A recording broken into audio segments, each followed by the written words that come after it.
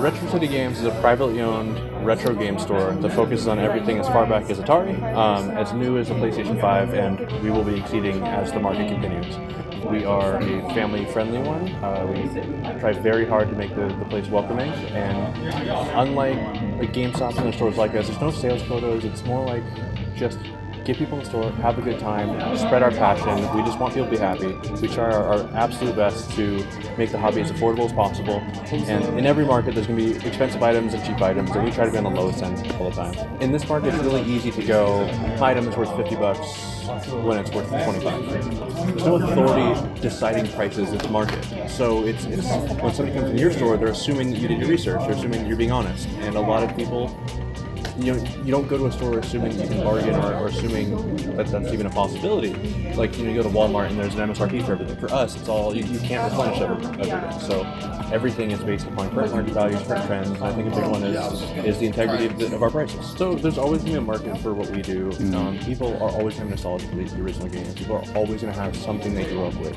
So I don't think this market is really in danger of that, but I think the future markets are. If I can't sell you a physical item, you can't put it in your console, then you're not going to be able to play it. So something like, if GTA decided to only stay digital after all, then I wouldn't be able to sell it to you. I wouldn't be able to keep that alive.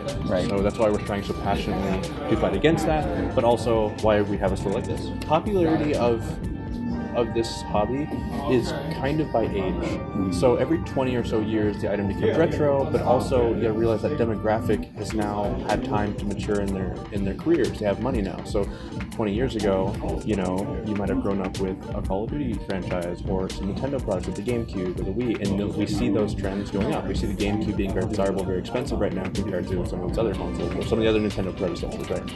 And it kind of seems to be that way. If you're looking for specific games, though, like anything that you recognize, any mascot games, what we call them, so the Marios, the Sonics, the Zeldas, etc., anything that you recognize, whether you play video games or not, are always going to be desirable and they're always going to be asked for. It's designed to be that way. There's two different types. There's people that collect for the desirability, and there's people that collect for their passion in the game. And I think my answer is kind of the same for both, if I really think about it, actually, and that is collect what you love.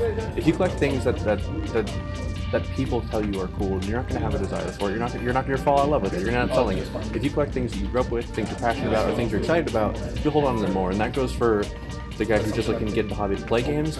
So go get the games from your past. And for the person that's looking to get into the collecting aspect, the actual collecting aspect, always start with something you're interested in.